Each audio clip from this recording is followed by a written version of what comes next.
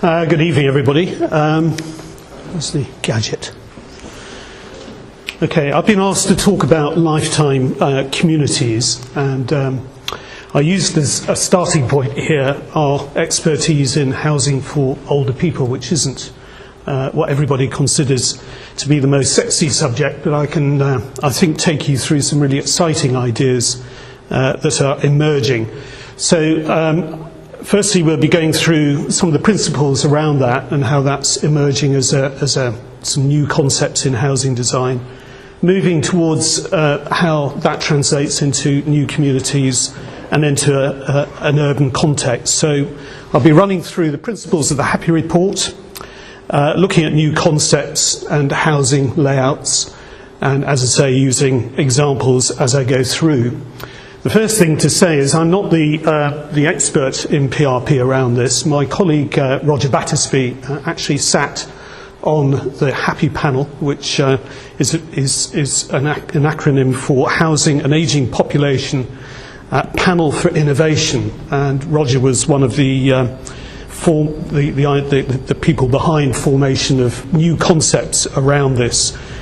Which is effectively taking a typology that is a challenging typology, that a lot of what we produce is not exactly the place that you would want to end up spending the rest of your life, and looking at creating new ways of designing housing for older people. And of course, with the change in demographics, it becomes much more of a big issue. It has an impact on how we design our homes for the future and how we future-proof our homes. It looks at how that impacts on mainstream housing. And of course, there's a whole pile of us who are getting older, and we want something that's a little bit more appropriate for our needs into the future. So it's also about tenure, how tenures impact on this, different approaches to housing for older people with different tenures. And the needs of older people range, of course, from when you're mid-50s to your 90s, and of course different needs happen along the way. Effectively, you have active elderly, and then you have people who are older who are much more immobile. And you have effectively typologies ranging from your own home right through to continuing care with full-time care. So different range of needs across a spectrum. And that spectrum looks a little bit like this. The hexagonals in the middle give you sort of an idea of the range of typologies that we're talking about. Firstly, mainstream housing, and how lifetime homes comes into play here. Adapting your existing home could be part of that. The middle band is effectively extra care, and you have different range of products which serve different needs within that. And then, of course, at the upper end, you have full-time care, which is effectively nursing homes and residential homes. As I go through, I'll be talking about some of the design implications within the Happy Report. There were 10 specific recommendations that came out of the report, which I urge you all to read. It's a very interesting and eye-opening document, but these are some of the core principles around space standards, around having more natural lighting, around flexibility, connectivity, adaptability, storage, all the sort of issues that, in fact, you could argue are as appropriate to mainstream housing as they are to housing for older people. And the report is peppered with a series of examples taken from Europe. As is often the case, we find that our European cousins are a bit further advanced in some of the thinking around this. And a lot of projects were visited across a number of countries in Europe. Exemplary lifetime home or lifetime neighbourhood is this particular project, just picking out one called Neptune in Malmo, which is effectively a part of a wider master plan, a block for about 100 units for effectively affordable housing built by a public-private partnership. Very different sort of atmosphere to the sort of homes that you might expect in the UK. very light, airy, very practical, very desirable homes with a range of characteristics that I think are worth emulating. Certainly in the typologies, the dwelling itself, the space standards are enhanced. The storage is enhanced, very light, lots of glazing, very flexible, adaptable, and lots of open balconies and terraces. Combine that with the common areas with good circulation, common facilities, effectively accessing the units off galleries and common areas that add to the character of the place, and having shared community facilities that also belong to the wider community as well. Location and its position within the wider master plan is what makes it part of a lifetime neighbourhood. It is integrated within the community, it's accessible, it gives access to all the facilities that it needs in the centre of the development, and it provides a level of care both to the home and for people to move to different levels of care within that community. So independent living is effectively the theme of the report, because a lot of issues around us not wanting to be necessarily looked after but wanting to be independent as we grow older. So offering attractive homes that offer choice, lifestyle, affordability, independence, and effectively being connected to a much wider area. In terms of the impact this has on dwelling types, this is an example really of some of the lessons that we've learnt for the development of new typologies, effectively more open plan arrangements that allows ease of movement for people with as they grow more infirm and more potentially disabled, a much more free-form arrangement within the typology, and less doors, the kitchen space being associated much more closely with the dining space, generous sitting out areas for older people. So this is the sort of thinking that we are now looking at in terms of new typologies.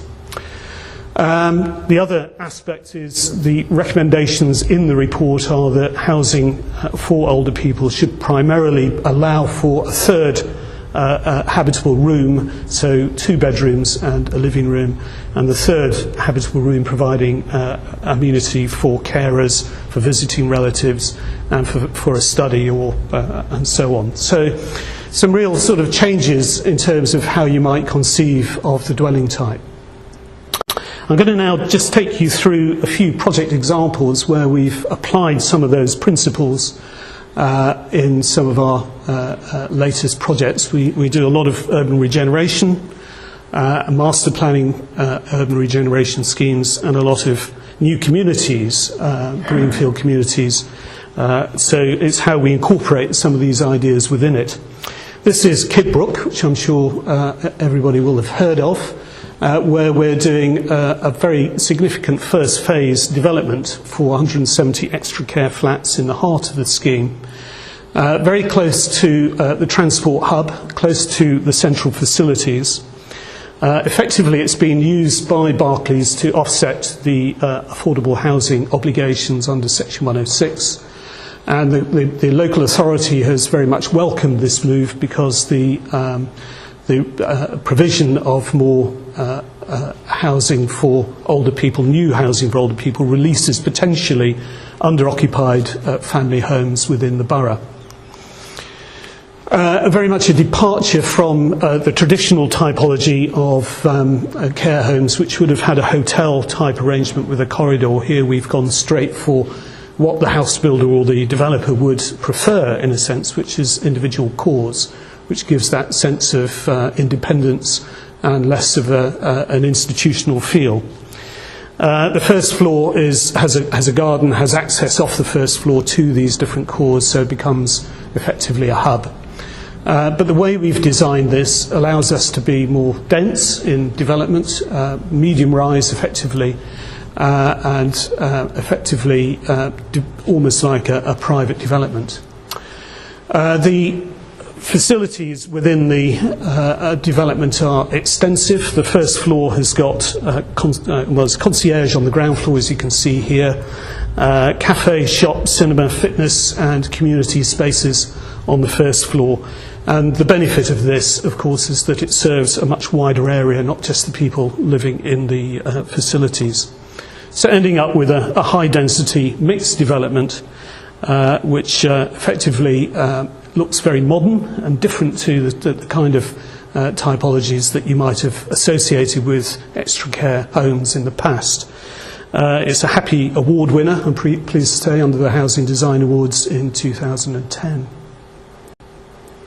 Another scheme where we've adopted these principles is the redevelopment of a site in Lewisham for the Merchant Taylors Company, and they formed a joint venture with London and Quadrant to develop, redevelop the almshouses that were on the site, effectively using outright sale of family homes as some means of cross-subsidy. And the layout looks like this: 62 dwellings in total for extra care, with 26 family homes circling a courtyard, which is shared. Good proximity of this site to local facilities, to the centre of Lewisham. A central courtyard which provides a shared resource. And the access to the housing for older people was from a gallery, effectively looking at deck access, which forms, the galleries form some kind of communal meeting space for residents, generously proportioned, and allow dual aspect properties with some rooms facing out onto that shared street. So that's a view of the courtyard, very much a sort of communal hub to the whole development, shared with the family housing too, and effectively screened from the street, and this gives a view of the balconies, the bays, and the other end of the dwelling overlooking the urban context. And just finally, in terms of a specific precedent in terms of lifetime communities, how independent living effectively fits within urban regeneration. This is Stockwell Park Estate, which is being regenerated, and this is just one block within it. It's about 140 homes, 50 of which are for housing for older people. But the interesting thing here, moving towards from the dwelling to the block, is that effectively we have the extra care dwellings integrated with family housing in the middle and with apartments for younger people. So we really have what we call an intergenerational or a generation blind development. So when you look at the elevation, you wouldn't know that some of it was housing for older people. There's a courtyard, there's community facilities within it, and so it's sort of, again, a tenure-blind development that you wouldn't be able to distinguish where people lived. Very much high-density development, and again, a more modern approach to housing for older people. So just wrapping all of that up, lifetime communities for me means much more than just housing for older people, but I thought I'd sort of focus a little bit on that. But I just wanted to oh no, before I do, sorry, I've got another few slides about how housing for older people fits within an urban context. We did a prototype long before the Happy Report came out, which looked at how you might integrate housing for older people in a seriously high-density urban environment with shops and mixed uses right on the street front.